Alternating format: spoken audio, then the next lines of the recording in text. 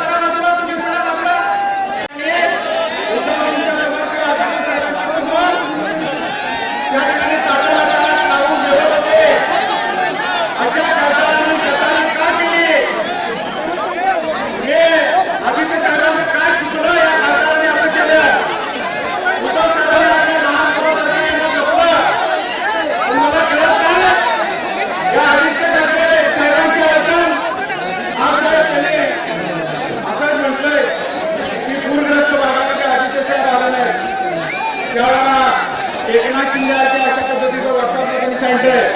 मी त्याला एवढं सांगतोय, एकनाथ शिंदे त्याला शिवसेनेचे होते आणि आदित्य साहेबांनी त्याला पाठवलं होतं. म्हणून या शिवून आला होता. म्हणून त्या ठिकाणी या शिरोळ तालुक्याला आपण भरघोस मदत त्या ठिकाणी दिली आहे. आज या ठिकाणी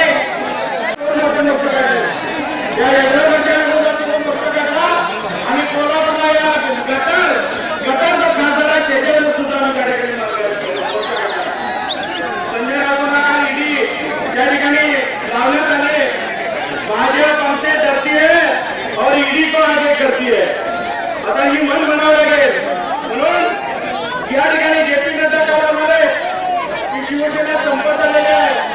त्या जेपी नड्डाला इथं येऊन बघावं की जिवंत माणसं जिवंत शिवसेनेची शिवसेना जोपर्यंत महाराष्ट्र तोपर्यंत शिवसेना कुणी संपवणार नाही मित्रांनो. म्हणून या ठिकाणी मला त्यांना सांगायचं आहे की तुम्ही कितीही वगैरे केलं काही केलं भवानी जय जय जय जय जय भवानी.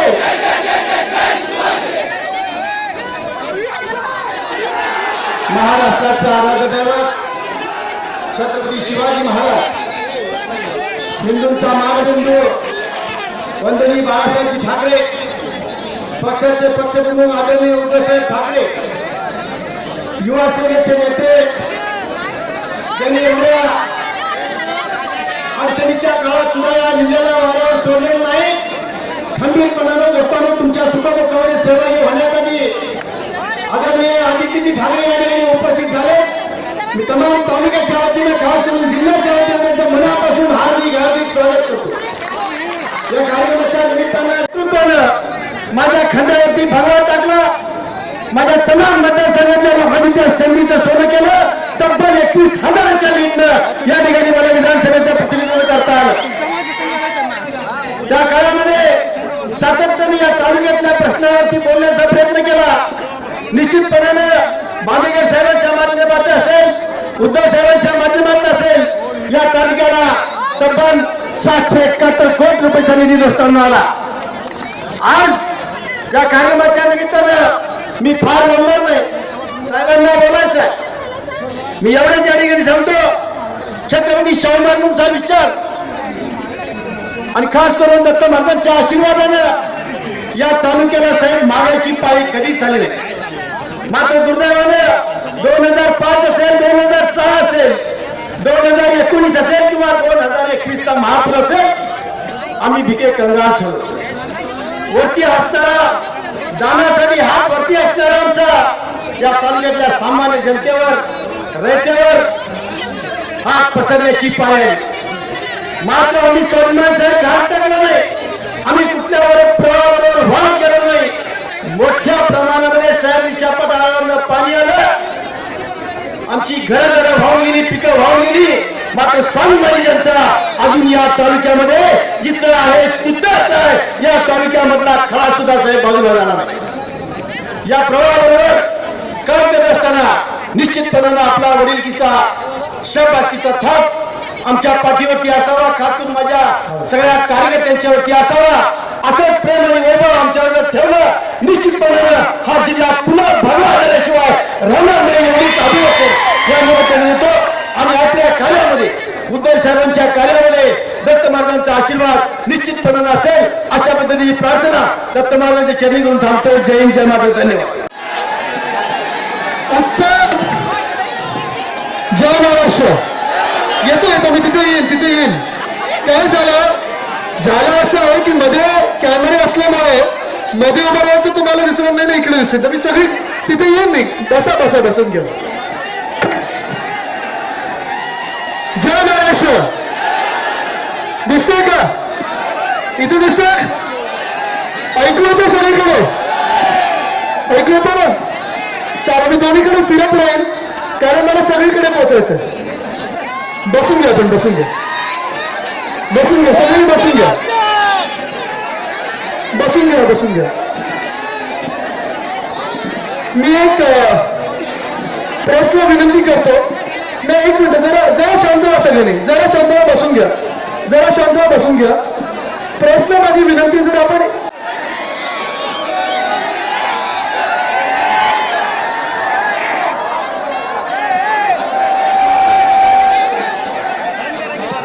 दिसतो ना सगळं? ऐकू येतं? मी आज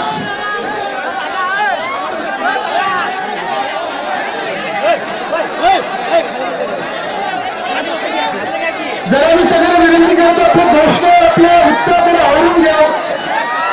थोडं मागे. दिसतो सगळ्यांना?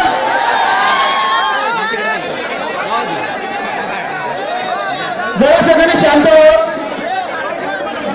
16 ठिकाणी मला थांबवलेलं आहे. काही 10-12 लोक असायची, काही 2-3 लोक असायची, काही ठिकाणी साधारणपणे 100, 150, 200 लोक असायची. आणि मला वाटत होतं अरे तिथे एवढी लोक असतील तर नक्की आपण इथे सगळ्यांना भेटतो, इथे किती लोक आहेत. आणि इथे खरोखर माझं मन भरून आलेलं आहे की आपण एवढ्या मोठ्या संख्येने समर्थ आहात. तिथे छतावर पण उभे आहेत, खिडक्यांमध्ये आहेत, सगळीकडे आहेत. सगळीकडेच मला तुमचं प्रेम आणि आशीर्वाद द्यायला एवढं तुम्ही मोठ्या संख्येने आज माझ्याकडे काय आलेले आहात. धन्यवाद. खरोखर मी आपले आभार मानतो. काल मी कोकणापासून निघाल्यानंतर आंबोलीत असेल, आजऱ्यात असेल, कोल्हापूरमध्ये असेल, मोठं स्वागत होत आहे.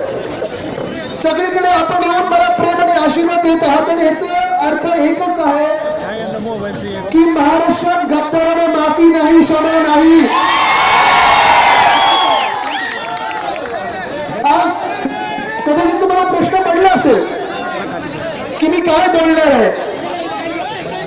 मी आपल्याला एवढंच विचारायला आलोय की जे काही ह्या महाराष्ट्रात घाणेरडं राजकारण सुरू आहे, हे राजकारण तुम्हाला पटणारं राजकारण आहे का? जी काही बेईमानी झालेली आहे, गद्दारी झालेली आहे, तुम्हाला पटणारी आहे का? या गद्दारांसोबत तुम्ही उभे राहणार का? कारण गेल्या 1 महिना मी बघत आहे महाराष्ट्रात असं राजकारण सुरू आहे की हा देश हादरून गेलेला आहे की हे गटगटाचं राजकारण काय चाललंय. ही गद्दारी कोणालाही पटणारी नाही, खरोखर पटणारी नाही. आणि आज ज्या मी मतदारसंघामध्ये आलोय, खासदार असतील, आमदार असतील, जी त्यांनी गद्दारी केलेली आहे ही तुम्हाला तरी पटणारी आहे का? म्हणजे मला दुःख या गोष्टीचं वाटतं. मी जिथे येत असताना मला काही असे गेल्या 2.5 वर्षातले अनेक क्षण आठवत आहेत. काही सोबत आम्ही फिरलेलो आहे. इथे येताना देखील मला तो शाहू तलाव असेल, अनेक अशा गोष्टी आठवत आहेत जिथे उतरलो आम्ही. खासदारांना मी माझा मित्र समजलो, त्यांच्यासोबत फिरलो आणि मला दुःख या गोष्टीचं होतं. त्यांनी बोट दाखवलं, तिथे मी फंड दिलेला आहे. 2.5-3 कोटी इथे, 2 कोटी तिथे, सगळीकडे मंदिरांसाठी असेल, तलावांसाठी असेल, उद्यानांसाठी असेल, जिथे जिथे ह्या लोकांनी फंड मागितला तिथे मी दिलेला होता. सगळं काही मान सन्मान दिला होता. स्वतःचं जवळचं समजून ज्याला मित्र समजलं त्यांनीच पाठीत खंजीर खूप असला. दुःख मला ह्या गोष्टीचं होतं आहे ना. म्हणजे मी तुम्हाला खरोखर जेव्हा आता तुम्ही जे चाललेलं माझं स्वागत चाललेलं, फुलं टाकत होतात माझ्याबरोबर, तुम्ही सगळे सोबत होतात. मी उत्साह आवरा ह्याचसाठी म्हणतोय कारण हा जो काही आपलं ही यात्रा चाललेली आहे, याला कोणी शिवसंवाद यात्रा बोलतंय, प्रेम यात्रा बोलतंय, निष्ठा यात्रा बोलतंय. पण हे मी माझं तुम्हाला खरं सांगतो, हे मनातलं गुपित आहे की हे जे आमच्या परिवारामध्ये जे दुःख आहे की अरे ह्या 40 गद्दारांना आपण आपलं समजलं, ह्या 12 खासदारांना आपण आपलं समजलं, सगळं काही आपण यांना दिलं, आपलं प्रेम दिलं, यांच्यावर विश्वास ठेवला. हे सगळं झाल्यानंतर आपल्या पाठीत आशे खंजीर खूप असतील, हे कधी वाटलं नव्हतं मला. म्हणजे तुम्ही विचार करा, तुम्ही ज्याला तुमचा मित्र समजता, भाऊ समजता, तुम्ही सगळं काही त्यांना देता, जे काही तुमच्या सोबत येईल त्यांना पहिलं दिलं असतं. पदं असतील शिवसेनेतून, त्यांना त्यांची सामाजिक ओळख असेल, राजकीय जन्म असेल, पदं असतील, खासदारकीचं आमदारकीचं तिकीट असेल, हे सगळं दिल्यानंतर सगळं काही ह्या महाराष्ट्रात नीट चाललं असताना ह्यांनी असा पाठीत खंजीर खुपसावा, असा विश्वासघात करावा, असे गद्दार बनावेत, हे आम्हाला कधी अपेक्षित नव्हतं. म्हणजे झालं असं आहे की ज्याला आपण मिठी मारली, कडाडून मिठी मारली, जवळ घेतलं, डोळे बंद करून जवळ घेतलं, कदाचित चूक हीच झाली असेल की आमचे डोळे बंद होते त्या मिठीमध्ये आणि यांच्या हातात खंजीर होता, हे कधीच कळलं नाही. अहो, वार करायचा होता, तलवारीने घेऊन करायचा होता, छातीवर करायचा होता, पाठीत कसला वार केला तुम्ही? आज मला हाच प्रश्न पडलेला आहे की जेव्हा मी महाराष्ट्रात फिरत आहे, तरुण इथे अनेक तरुण मित्र माझे आलेले आहेत. तरुण आणि तरुणींना कुठच्या तोंडाने सांगू मी की या राजकारणात या? मला सांगावंसं पण वाटत नाही की राजकारणात या, कारण राजकारण एवढं घाणेरडं झालेलं आहे, खालच्या पातळीचं राजकारण झालेलं आहे की जे काही तुम्ही ज्या माणसांना सर्व काही दिलं हेच विश्वासघात करतात, हेच गद्दार ठरतात आणि हेच असे निघून जातात. कितीतरी ह्या जिल्ह्यासाठी अनेक बैठका घेतल्या उल्हासदादा आपल्या बरोबर. आपण आठवतं किती पंचगंगेसाठी बैठका घेतल्या, किती बैठका घेतलेल्या. आणि मग मला प्रश्न हाच पडतो की नक्की आहे ना, काय कमी दिलं, आमचं काय चुकलं?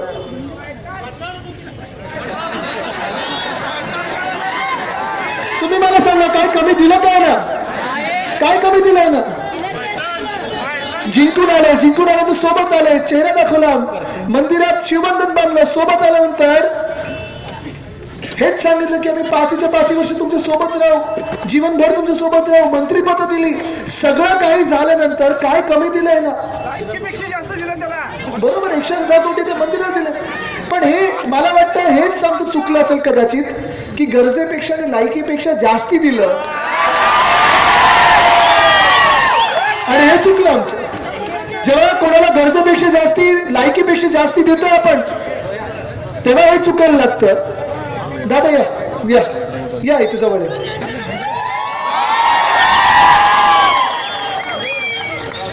धन्यवाद दादा, जय महाराज. सोबत राहा, हे नीट ठेवा. हे प्रेम आहे, हे प्रेम आहे. पण हेच प्रेम आम्ही त्याच गद्दारांवर दिलेलं, तोच विश्वास ठेवलेला. पण कदाचित चूक ही झाली असेल. थांबा, मी घेतो सगळ्यांच्या बुकेने. हीच चूक आमच्याकडून झाली असेल की आम्ही यांच्यावर एवढा विश्वास ठेवला, एवढं प्रेम दिलं, एवढं सगळं काही दिलं की जास्ती दिल्यामुळे त्यांना अपचन झालं असेल आणि हाजमोला खायला हे पलीकडे गेले असतील. आज मला खायला पलीकडे गेले असते. पण मी हा विचार सतत माझ्या मनामध्ये आता पण मी गाडीत ज्या ज्या मिनिटात मला शांतपणे विचार करायला एक काही क्षण मिळतात तेव्हा विचार करतो हे जे काही वैभव आहे, हे जे काही प्रेम आहे आपल्या आजूबाजूला, जे ऐश्वर आहे हे त्यांनी बघितलं नसेल. बघितलं तर होतं, त्यांना जाणवलं नसेल. तुम्ही प्रेम दिलं ना त्यांना, दिलं की नाही? विश्वास ठेवला की नाही त्यांच्यावर? मतदान केलं की नाही त्यांच्यासाठी? प्रचार केला होता की नाही? त्यांच्या विजय मेळ्यात होतात की नाही? होतात ना. मग काय कमी दिलं आपण, काय कमी तुम्ही दिलं त्यांना? मला वाटतं कदाचित असं पण असू शकतं, कारण जे तिथे बंडखोर म्हणून, बंडखोर नाही गद्दार म्हणून गेलेले आहेत, जे 12 खासदार गद्दार झाले, 40 आमदार गद्दार झाले, त्यांचे 2 गट आहेत. लक्षात घ्या मी जे काही बोलतोय ते. आज तुम्हाला चित्र या राज्यात दिसतंय, देशात दिसतंय. त्यांचे 2 गट आहेत. एक गट असा आहे की ज्यांना जास्ती मिळालं, अपचन झालं आणि ते अपचन इतर लोकांना दिसायला लागलं आणि त्यांच्यावर काही दडपण आली असतील. 50 कोटी नाही, ही आमिष होती. आमिष पण असू शकतात, दडपण मला माहित नाही. तुम्हाला माहिती आहे का काय असू शकतात? हे मी नाही, जनता बोलत आहे, हे लक्षात घ्यावं त्यांनी. ही जनता हुशार आहे. काय दडपण असेल ना, काही दडपण असू शकतात. आणि त्यांना मी एवढंच सांगतोय, तुमच्यावर दडपण होती ना तुमच्यावर दडपण होती ना, जा तिथे आनंदात राहा. दुसरा गट असा पण आहे ज्यांना फसवून दिलेलं आहे, त्यांना आमिष दाखवून दिलेलं आहे. काही लोकांनी सांगितलं रे उद्धव साहेब आपल्या सोबत आहेत, आदित्य आपल्या सोबत आहे, शिवसेना आपल्या सोबत आहे. ज्यांच्यावर दडपण होती, जे स्वतःच्या मनाने तिथे गेलेले आहेत, जे तिथे पळून गेलेले आहेत, गद्दार खुशीने झालेले आहेत, मी त्यांना आज तुमच्या साक्षीने एवढंच सांगू इच्छितो की तुम्ही झालात ना गद्दार, आनंदात व्हा. तुम्ही गद्दार हा गद्दारच असणार आहे, पण तिथे गेलात आनंदात राहा, सुखी राहा. लख लाभो तुमचं. तुम्हाला काही आम्ही म्हणणार नाही, आमचा राग नाही मनात. पण मी त्यांना एक सांगतो, तुम्हाला तिथे राहायचं असेल, तिकडचं म्हणून राहायचं असेल तर आमदारकी आणि खासदारकीचा राजीनामा द्या आणि निवडणुकीला सामोरे या.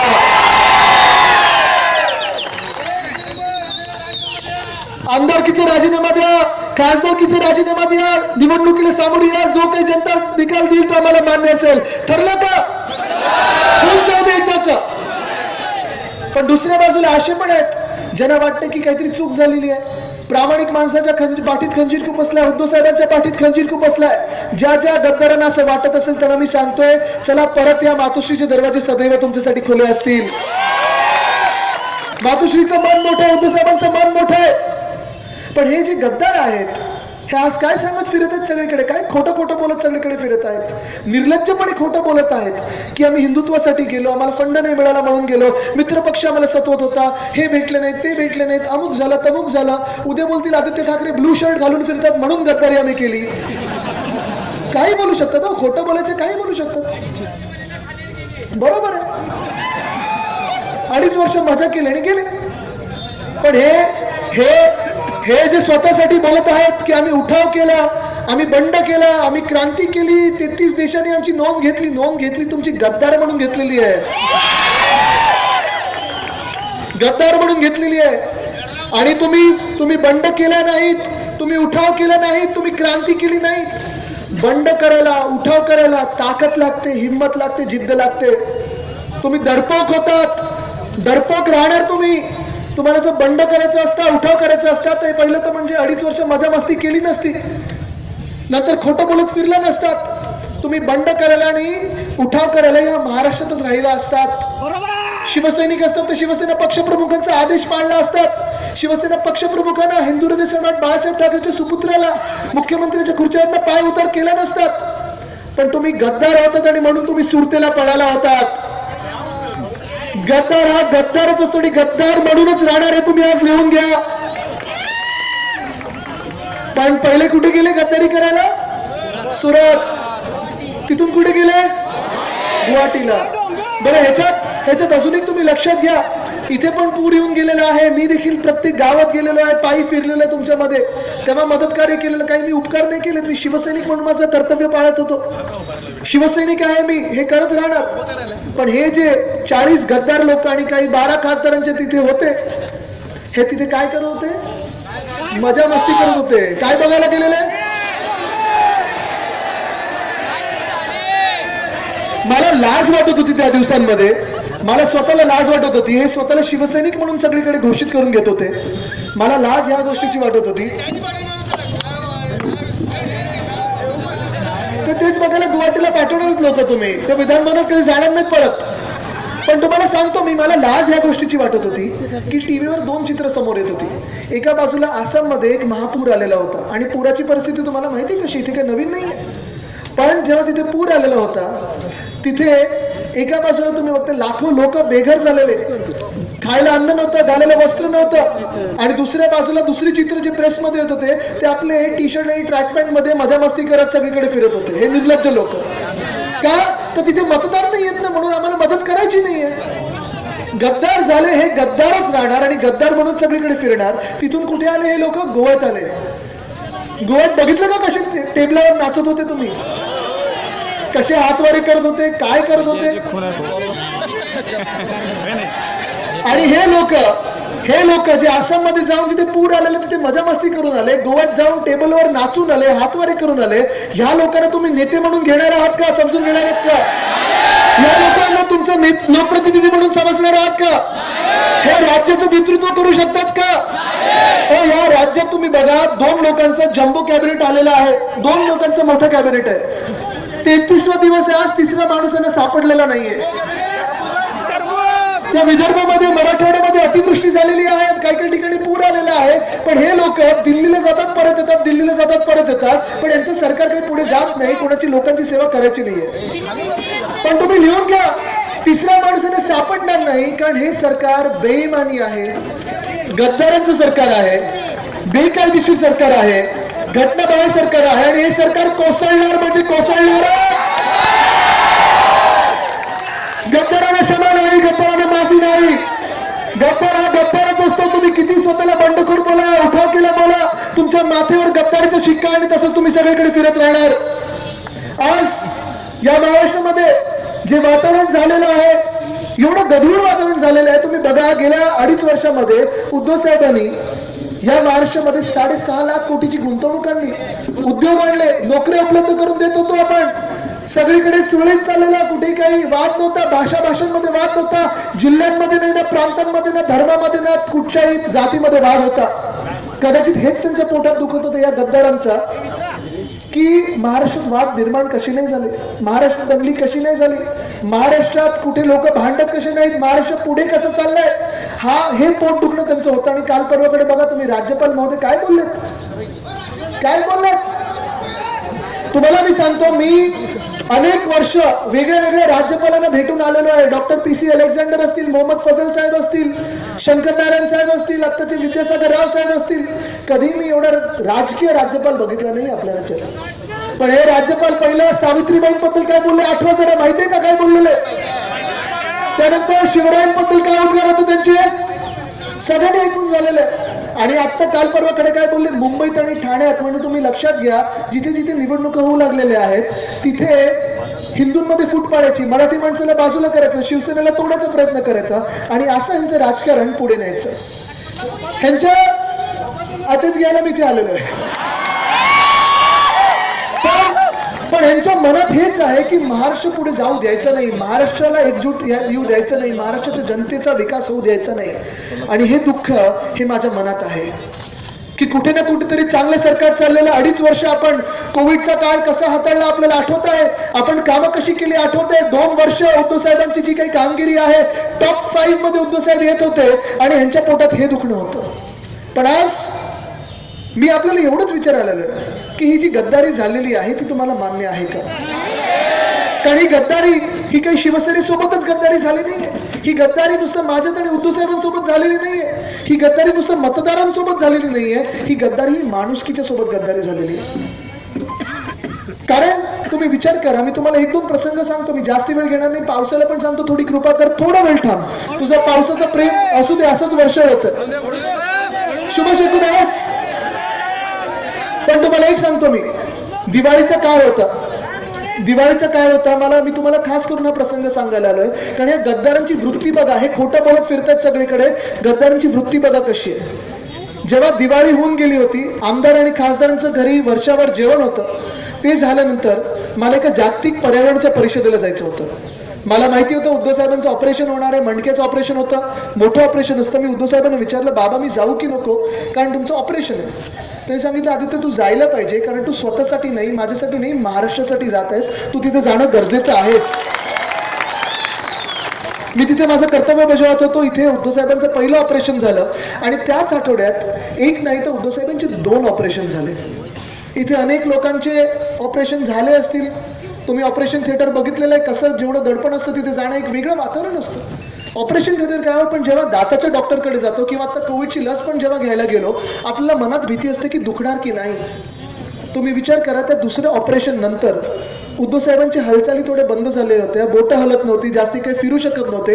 हॉस्पिटलच्या बेडमधून साधारण 1.5 महिना ते हलू शकत नव्हते.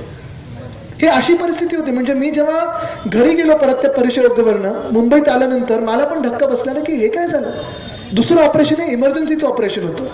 तरी देखील उद्धव साहेबांनी ज्यांनी त्यांना फोन केले, व्हॉट्सअप केले, मंत्रिमंडळाच्या बैठका VC-वरनं केल्या. कोविड वाढत असताना ते हॉस्पिटलच्या बेडमध्ये आहेत. गुंगीतून त्या ऑपरेशनच्या बाहेर न पडत असताना देखील त्यांनी विचारलं मी महाराष्ट्रात फिरू शकेन की नाही, मी माझ्या लोकांना भेटू शकणार की नाही. हा त्यांचा पहिला प्रश्न होता.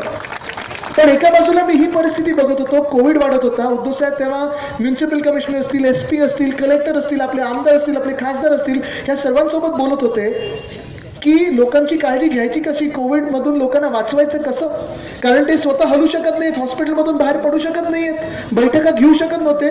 तरी देखील फोनवर त्यांचं बोलणं चालू होतं. काय झालं, चक्कर आली कोणाला नाही, त्यांना पाणी वगैरे बघा. पाणी आहे का स्टेजवर, नाही तर पुढे आणलं त्यांना जरा बसवा.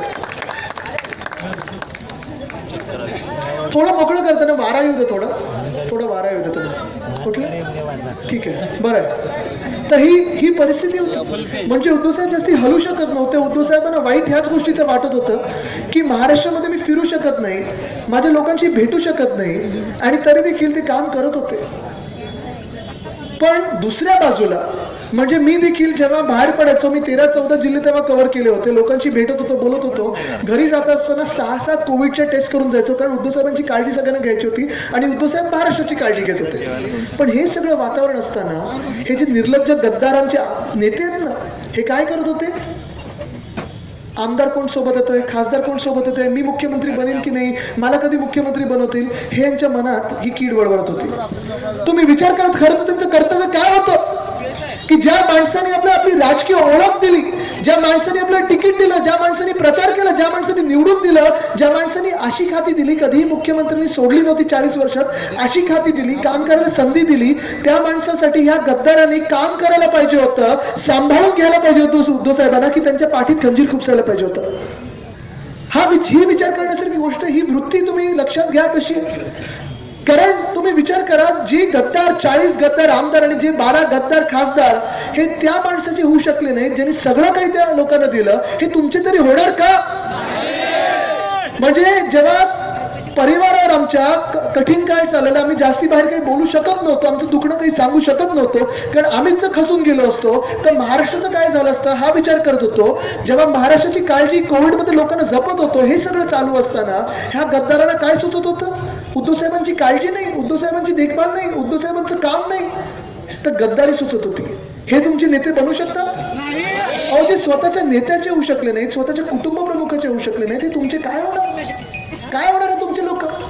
आणि म्हणून आज मी तुम्हाला इथे विचारायला आलोय की तुम्ही सत्तेसोबत राहणार की सत्यासोबत राहणार. ही वृत्ती तुम्ही लक्षात घ्या. कारण हे सगळीकडे खोटं बोलत चाललेले आहेत आणि सत्य परिस्थिती जे सांगतात की उद्धव साहेब भेटले नाहीत, त्या 2 महिन्यामध्ये उद्धव साहेब भेटू शकले नाहीत ह्या लोकांना, पण तरी देखील फोनवरनं आणि व्हिडिओ कॉन्फरन्सिंगवरनं बोलत होते, महाराष्ट्राचं काम करत होते, कुठेही काम बंद केलं नाही. तसंच जर बघितलं तर आम्ही देखील कुठेही बोलू शकलो नाही घरी काय चाललंय. कारण जर मुख्यमंत्र्यांचाच परिवार खचून गेलं तर काय होणार या राज्याचं. आम्ही कामं करत राहिलो, ह्यांची कुरबुर आम्हाला कानावर येत होती, यांची जी काही हालचाल चालू होती गद्दारीची काम आम्हाला कानावर ऐकत येत होती. 2-3दा विचारलं, कोणी अन्नाची शपथ खाल्ली, कोणी काय खाल्लं, पण जी गद्दारी करायची होती ती केलीच. आणि आमच्या कठीण काळात त्यांनी पाठीत खंजीर खुपसला. मला वाईट ह्या गोष्टीचं वाटतं की ज्या पक्षप्रमुखाने तुम्हाला सगळं काही दिलं, त्या पक्षप्रमुखाला जेव्हा तुमची सर्वात जास्ती गरज होती त्यावेळी तुम्हाला गद्दारी सुचली आणि तुम्ही पाठीत खंजीर खुपसला. काय आपले पक्षप्रमुख कधी लढायला मागे उभे राहत नाहीत, लढायला सगळीकडे पुढे असतात, छातीवर वार घ्यायला पुढे असतात. वार अनेक झालेले आहेत, गद्दारी अनेक झालेले आहेत, पक्ष ओलांडून लोक अनेक गेलेले आहेत, पण अशी घाणेरड्या वृत्तीची गद्दारी आपल्या महाराष्ट्राने कधीही बघितली नव्हती. आज मला लाज ह्या गोष्टीची वाटते की अनेक वर्ष जे काही लोक मला सांगायचे की आदित्य तू राजकारण काय, तो राजकारणात चांगल्या लोकांना स्थान नसतं, तू राजकारणात येऊ नको, उद्धव साहेबांनी राजकारणात येऊ नये कारण चांगल्या लोकांना स्थान नसतं. हे जे काही नाट्य घडलेलं आहे ना ते एवढंच सिद्ध करायला घडलेलं आहे की राजकारणात चांगल्या लोकांना स्थान नसतं. पण मी काही थांबणार नाही, मी काही झुकणार नाही. मला हे लोक थांबू शकत नाहीत. मी सगळीकडे फिरत आहे, आपलं प्रेम आणि आशीर्वाद घेत आहे. एवढ्यासाठीच घेत आहे कारण मला नुसतं महाराष्ट्राला नाही, नुसतं देशाला नाही तर जगाला सिद्ध करायचं की राजकारणात चांगल्या लोकांना स्थान असतं. हे मला निर्माण करायचं आहे. कदाचित आमची ही चूक झाली असेल की आम्ही राजकारण कमी केलं. 2.5 वर्षात सरकार असताना राजकारण कमी केलं. विरोधी पक्षाच्या लोकांना तडीपाराच्या नोटीस काढल्या नाहीत, त्यांच्यावर पोलीस लावले नाहीत, स्वतःच्या आमदार आणि खासदारांवर लक्ष ठेवलं नाही. ही चूक असेल नाही दादा, तेच करायला नाही पाहिजे. कारण जो शिवसैनिक आपण समजतो, जो आपण शिवसैनिक समजतो त्याच्यावर आम्ही डोळे बंद करून विश्वास ठेवतो. आणि ही चूक जर झाली असेल तर पुन्हा पुन्हा घडू शकते ही चूक, कारण आपल्या लोकांवर आपण विश्वास ठेवतो. बरोबर तुमचं, आम्ही करायला पाहिजे होतं पण आम्ही करणार नाही. कारण जो शिवसैनिक असतो त्याला डोळे बंद करून मिठी मारतो. कारण शिवसैनिक हे आमचा परिवार आहे. तुम्ही सगळे आमचे परिवार आहात.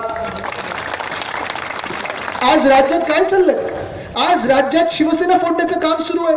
आज राज्यात आपली एकजूट आहे ती तोडण्याचं काम चालू आहे. आज राज्यात आमच्या ठाकरे परिवाराला एकटं पाडण्याचं काम चालू आहे. आणि काल पण मी बोललो, आज पण बोलतो की ठाकरे परिवार तुम्ही एकटं पाडू शकत नाही. कारण ठाकरे परिवार हा समोर माझ्या बसलेला आहे. शिवसेनेचा परिवार म्हणजे ठाकरे परिवार आहे. तुम्ही आम्हाला एकटं पडू देणार का? सोबत राहणार ना? कारण इथून मी पुढे निघताना मला एकच पाहिजे आपल्याकडून. मी काही मागायला आलो नाही, आज काही मागणं नाही आपल्याकडून. साहेब शब्द देतो, पुढचा आमदार शिवसेनेचा असेल. पुढे जाऊ या.